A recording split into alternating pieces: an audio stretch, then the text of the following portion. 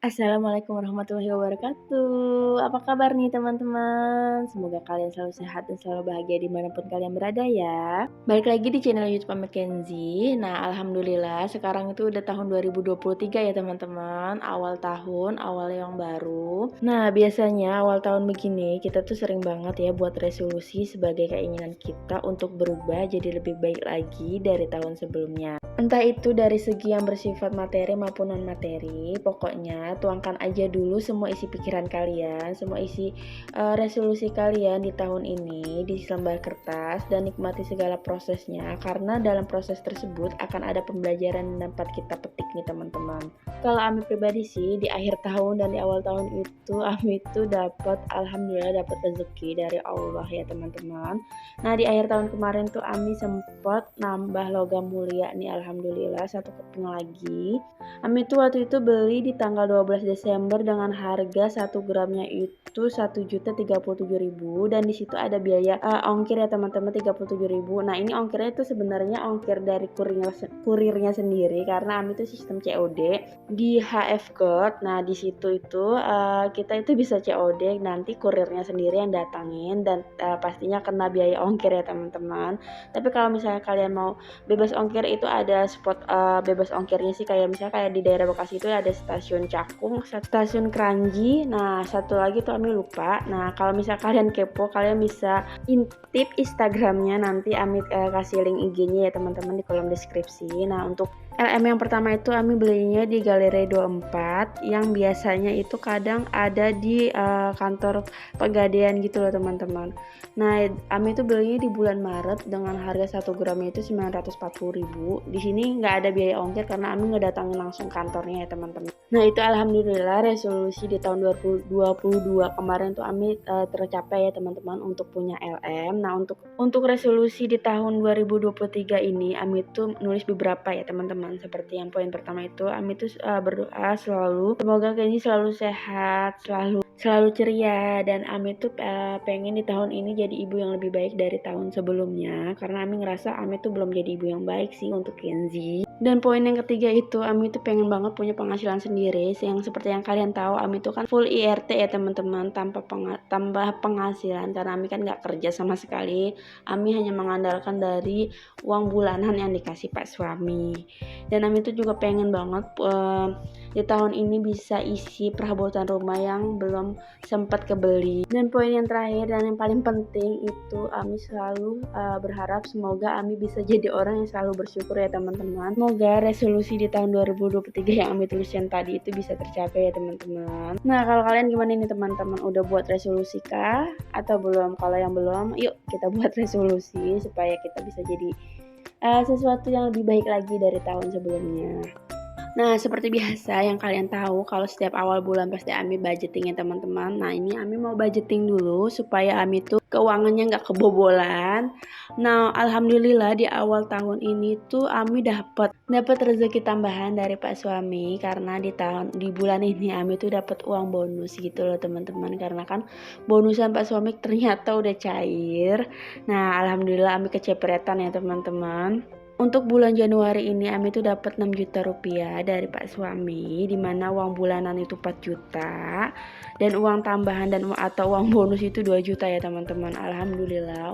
Tapi sebelumnya Ami mau disclaimer dulu ya teman-teman, dalam pembuatan video ini nggak ada niat sama sekali untuk pamer ataupun ria, apalagi menggurui kalian tentang keuangan rumah tangga, karena di sini Ami tuh hanya seorang ibu rumah tangga yang lagi belajar untuk mengatur keuangan rumah tangga Ami supaya lebih sehat lagi. Jadi di sini Ami mau ngajak kalian yuk sama-sama belajar supaya keuangan rumah tangga kita lebih sehat lagi nih teman-teman. Dan Ami tekankan ya teman-teman, untuk budgeting sendiri yang dilihat itu jangan dari nominalnya, tapi dilihat dari caranya, gimana cara kita mengatur keuangan rumah tangga kita nih teman-teman. Jadi semangat ya teman-teman, yang baru aja mulai budgeting tetap semangat. Dan yang baru aja mulai atau ngebangun channel sama seperti Ami tetap semangat juga, walaupun kalian kadang suka diterpa komentar-komentar negatif ya teman-teman, sama seperti Ami.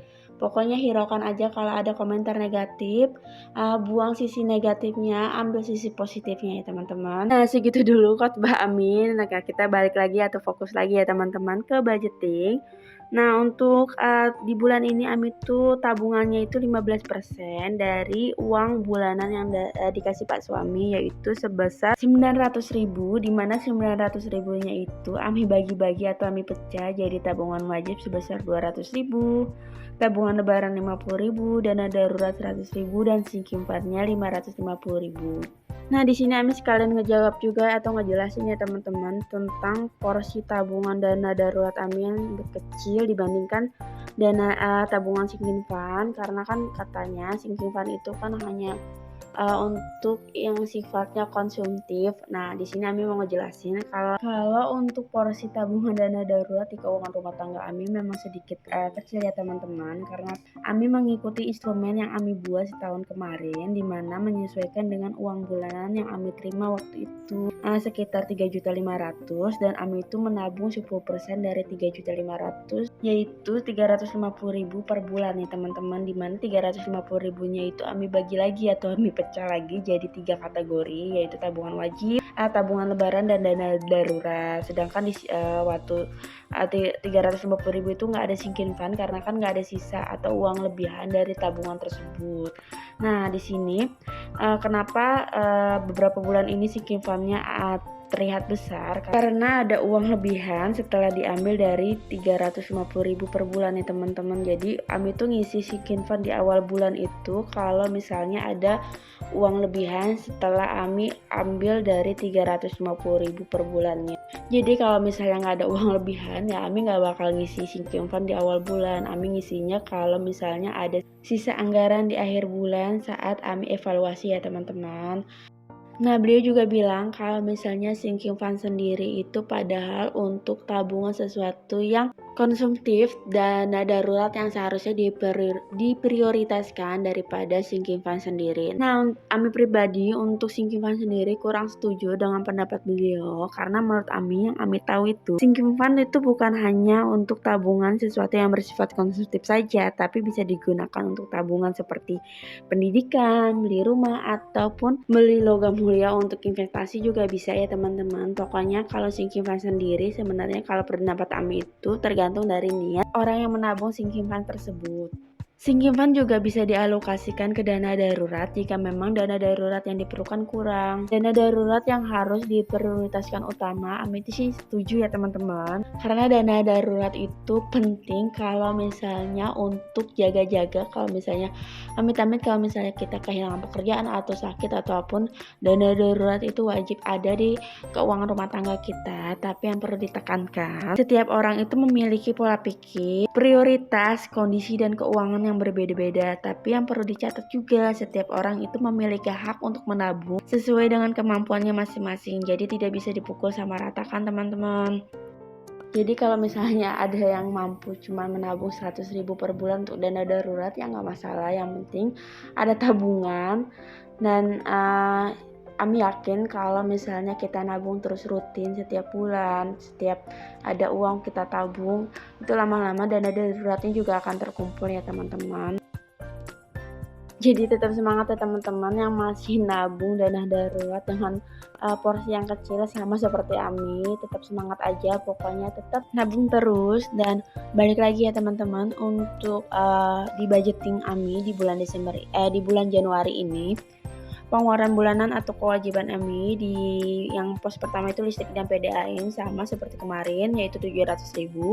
Nah, untuk orang tua Ami anggarkan 1.500.000 di bulan ini. Wifi 250.000, infak yaitu 150.000, arisan RT 50.000. Nah, di sini ada yang membedakan ya teman-teman, karena Ami itu punya hutang dana darurat karena kemarin itu kan bulan Desember Ami sempat kepake untuk berobatnya Kenzi atau tambahan obat yang di luar dari asuransi, pokoknya harus beli di luar gitu. Nah, Ami tuh bayar hutang 300.000 untuk ganti tabungan dana darurat yang Ami pakai. Nah, ini juga alasan Ami kenapa di bulan ini Ami nabung hanya 15% dari uang yang Ami terima. Nah, untuk selanjutnya untuk pos pengeluaran mingguan di sini Ami bagi di bulan Januari ini jadi 5 minggu, di mana minggu pertama itu Ami anggarkan sebanyak 692.000. Minggu kedua itu 492.000. Nah, minggu ketiga Ami anggarkan 352.000.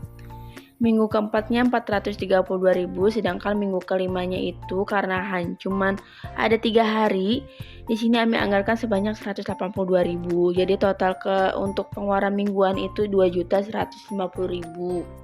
Untuk sisa anggaran di bulan Januari ini sama sekali nggak ada sisanya sama sekali ya teman-teman, alias nol. Nggak apa-apa walaupun nggak ada sisanya, yang penting semua kebutuhan, semua tabungan, kewajiban itu semuanya udah tercukupi ya teman-teman. Nah ini Ami lanjut untuk mau ngisi sinking fund. Nah Ami karena Ami ganti binder ya teman-teman, di sini Ami tuh mau ngambil sinking fund yang dari binder lama Ami pindahin ke binder yang baru supaya gampang nanti kalau misalnya Ami mau ngisi-ngisi tabungan gitu. Nah alhamdulillah Ami kan untuk bulan Januari ini sinking fundnya itu 550.000. Ami mau ngelunasin sih, mau nyelesain tabungan yang 2 juta ini supaya nanti bisa dipanen di bulan ini nih teman-teman.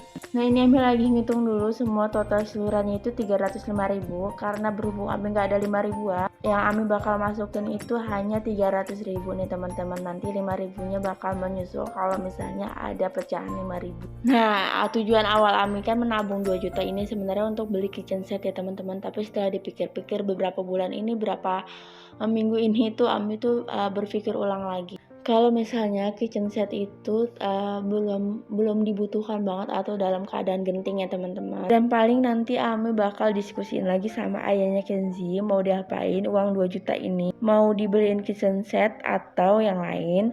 Pokoknya yang jelas diisi dulu sampai penuh. Kalau misalnya udah tercapai baru nanti kita pikirin lagi. Yang penting keisi dulu atau yang penting nabung dulu ya teman-teman. Nah ini tuh alhamdulillah semuanya itu udah keisi kecuali kurang 5.000 rupiah nih teman-teman untuk tabungan 2 juta. Nah ini sisanya 250.000 bakal Ami masukin ke tantangan 100 amplop, dimana tabungan 100 amplop ini sebenarnya bakal jadi instrumen pengganti tabungan dana darurat yang lagi berlaku yaitu 100.000. Nah bakal Ami ganti dengan tabungan 100 amplop ini supaya Ami lebih semangat lagi untuk tabung dana darurat gitu loh teman-teman, maksud Ami sebenarnya. Tadinya Ami tuh nggak mau ngasih tahu di awal, tapi karena berhubung kemarin ada yang bahas dana darurat Ami yang terlalu kecil, jadi Ami sekalian aja kasih tahu di awal supaya nggak ada salah paham tentang dana darurat Ami yang terlalu kecil. Dan ini juga Ami alhamdulillah udah selesai buat budgeting di bulan Januari ini. Dan terima kasih yang udah mau dengerin coletehan Ami di video kali ini. Semoga bermanfaat juga buat yang menonton. Dan yang suka video Ami bisa tekan tombol like, komen, dan subscribe. Sampai ketemu lagi di video selanjutnya ya.